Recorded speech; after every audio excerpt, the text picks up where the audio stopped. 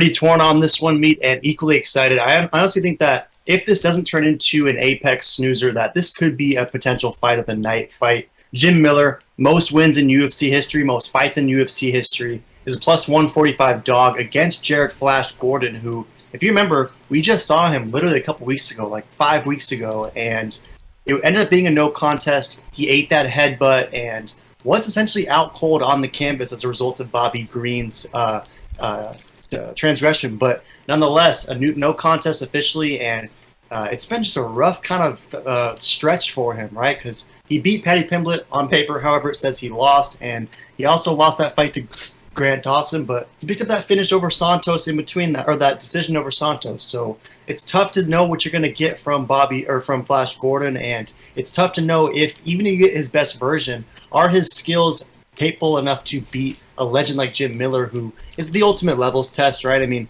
he's been there, done that, fought everyone, but he's also coming off a recent loss where Alexander Hernandez kind of just bullied him around. So what are your thoughts on this one? Is this where Jared Gordon gets back on track and puts all the frustration aside and takes that on Jim Miller, or does Jim Miller capitalize on a guy who was just out cold 40 days ago? Yeah, you know, I want to say that Jim Miller is going to dominate, but I just don't know. You know, like Jim Miller's age, then you have this guy's you know, recent knockout, which is just a brutal one. So it's just so such a tough one to decide who to go with. But I think I'm just gonna go with Jim. I like how he's been looking his most recent fights, and that knockout was brutal. And for them to turn him around this quick, I don't know. I like the upset. I like Jim Miller, so I gotta root for him.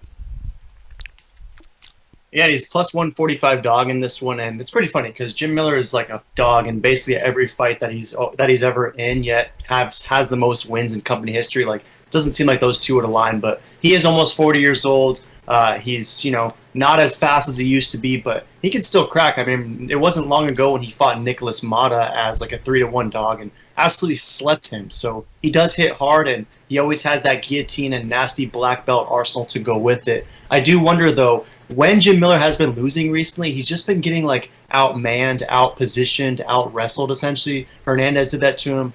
Vince from Hell P. Shell did that to him. Do you think that at the apex, it's going to be Jared Gordon's in his best interest to try to get this thing to the mat and just win a snooze fest of a decision? Yes, I think it is going to be his best interest to do that. He's going to get it to the mat, decimate him, pummel him, and take it from there.